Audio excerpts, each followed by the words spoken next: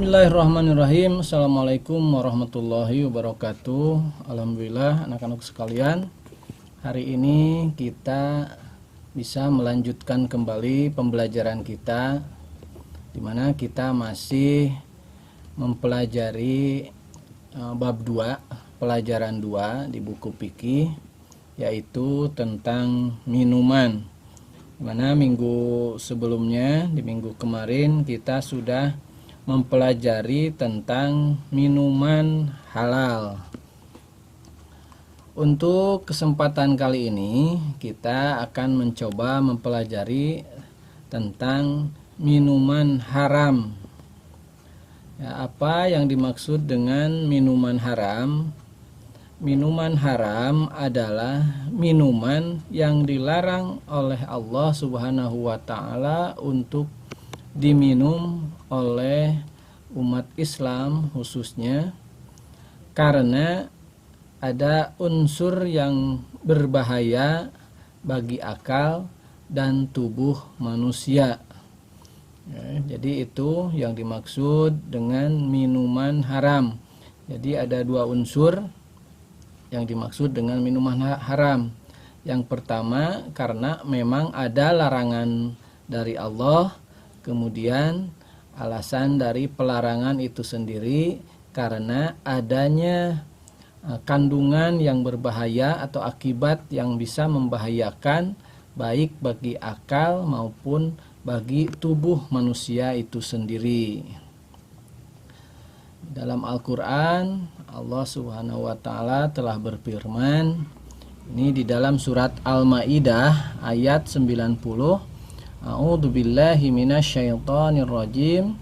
Ya ayyuhalladzina amanu innamal khamru wal maisiru wal ansabu wal azlam rijsum min 'amali syaitan wajtanibuhu la'allakum tuflihun. Hai orang-orang yang beriman, sesungguhnya meminum khamar, berjudi, untuk berhala, mengundi nasib dengan anak panah adalah termasuk perbuatan setan. Maka jauhilah perbuatan-perbuatan itu agar kamu mendapat keberuntungan. Jadi ayat ini adalah merupakan ayat penegasan. Jadi ayat terakhir untuk menegaskan bahwa khamar itu adalah dilarang, atau minuman yang memabukkan itu dilarang. Maka Allah memerintahkan untuk menjauhinya. Ini rangkaian pelarangan tentang khamar, karena pelarangan tentang khamar, tentang minuman keras itu sendiri itu bertahap. Jadi setidaknya ada 3 tahap untuk pelarangan khamar ini. Yang pertama, di dalam Al-Quran bahwa Allah melarang, ada ayat Al-Quran yang menyatakan la taqrabus sholata wa antum sukaro, janganlah engkau mendekati sholat dalam keadaan mabuk. Jadi pada masa itu minuman keras itu masih diperbolehkan, asal jangan mabuknya jangan dibawa sholat. Kemudian turun lagi di ayat berikutnya, di ayat selanjutnya turun lagi wahyu. Ada yang bertanya, yas'alunaka 'anil khamri wal maisir. Ada yang bertanya tentang khamar. Qul, katakanlah hai Muhammad bahwa khamar dan maisir itu adalah dosa besar. Walaupun ada manfaatnya bagi manusia, akan tetapi dosa keduanya lebih besar daripada manfaatnya. Ya, di sini belum tegas dilarang, disebutkan masih ada manfaatnya walaupun dosanya lebih besar. Nah, di ayat surat Al-Maidah ayat 90 itu ditegaskan bahwa perbuatan itu harus dijauhi. Kenapa diharamkan? Yaitu diantaranya karena memabukkan dan bisa menghilangkan akal atau kesadaran seseorang, dimana ketika mabuk, ketika hilang akalnya, berarti segala perilakunya bahkan ucapannya itu selalu di luar kontrol, tidak terkendali, sehingga akan menimbulkan kerusakan apakah bagi orang lain ataupun untuk dirinya sendiri.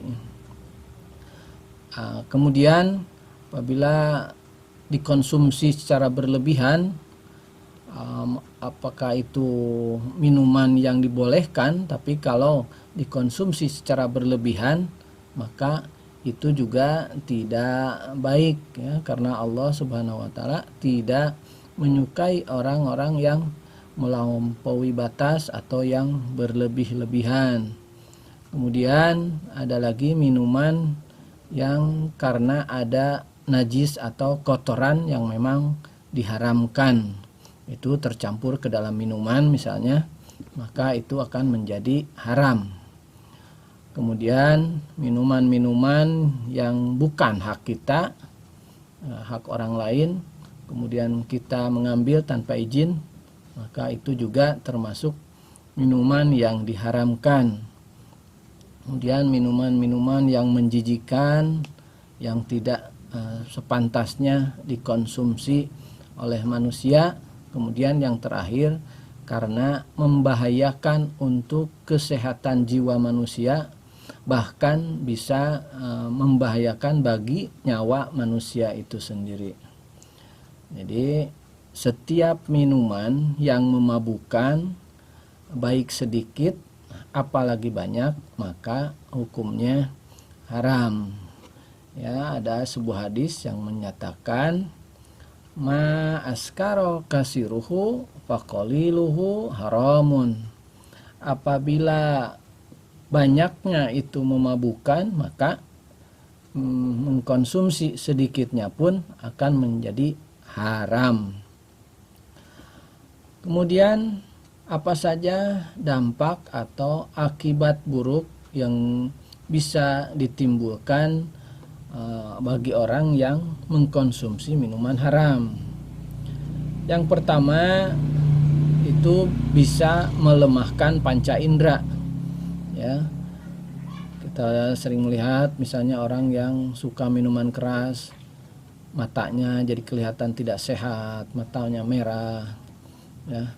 Jadi dari wajahnya tidak bercahaya, kadangkala penuh dengan kemarahan dari pancaran wajahnya, telinganya, pokoknya fisiknya, panca inderanya itu akan terganggu. Kemudian rusaknya anggota tubuh vital, artinya tuh anggota tubuh kita yang sangat penting di dalam tubuh kita itu akan terganggu, ya. Ada jantung, hati, paru-paru, dan lain sebagainya yang merupakan itu adalah anggota tubuh vital untuk bisa bertahan hidup bagi manusia. Kemudian yang ketiga adalah merusak akal dan jiwa. Seperti tadi dijelaskan, kalau orang yang minum minuman keras misalnya, maka itu akalnya jadi terganggu, jiwanya terganggu, sehingga tidak bisa berpikir dengan baik. Seperti halnya makanan, di dalam minuman juga ada pengecualian, yaitu makanan dan minuman yang haram itu bisa boleh dikonsumsi selama dalam keadaan darurat. Tentunya ini untuk menjaga atau mempertahankan kehidupan, tapi tentunya kita tidak boleh berlebihan di dalam mengkonsumsinya, hanya untuk sekedar mempertahankan kehidupan saja. Jadi kalau misalnya tidak mengkonsumsi itu akan bisa menghilangkan nyawa misalnya, maka itu boleh. Ya, kebolehan itu hanya sementara saja, dan itu merupakan rukhsah dari Allah Subhanahu wa taala. Di mana arti dari rukhsah itu adalah keringanan, kemurahan dari Allah Subhanahu wa taala bagi umat manusia. Demikian pembelajaran kita untuk hari ini, mudah-mudahan bisa dipahami semuanya. Silahkan tugasnya dikerjakan seperti biasa, nanti di-share ke Bapak, karena setiap tugas yang kalian kerjakan itu juga merupakan absen untuk kehadiran setiap pembelajaran. Terima kasih. Wassalamualaikum warahmatullahi wabarakatuh.